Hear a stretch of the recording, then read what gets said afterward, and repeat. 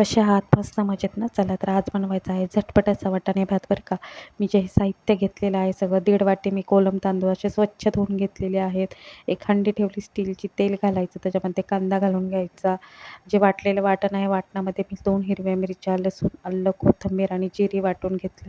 तेही तेलावर छान परतून घ्यायचं. तेजपत्ताही घालायचा, 2 लवंग घालायच्या, त्याने भाताला छान टेस्ट येते. जास्त असं गरम मसाले घालायचे नाही. टमॅटो घालायचं, टमॅटो घातलं की मीठ घालायचं, छान परतून घ्यायचं. गाजर, वाटाणा दोन्हीही घालून तेलावर छान असं परतून घ्यायचं 5-1 मिनिटं. ते परतल्याच्यानंतर त्याच्यामध्ये मॅगी मसाला घालायचा, थोडीशी हळद आणि थोडीशीच लाल मिरची पावडर घालायची, खूप अशी घालायची नाही. खूप तिखट असा भात करायचा नाही आपल्याला. तिखट भात झाल्यावर खायलाही तो छान लागत नाही. दही घालून घ्यायचं, दह्यामुळे भाताला छान अशी टेस्ट येते.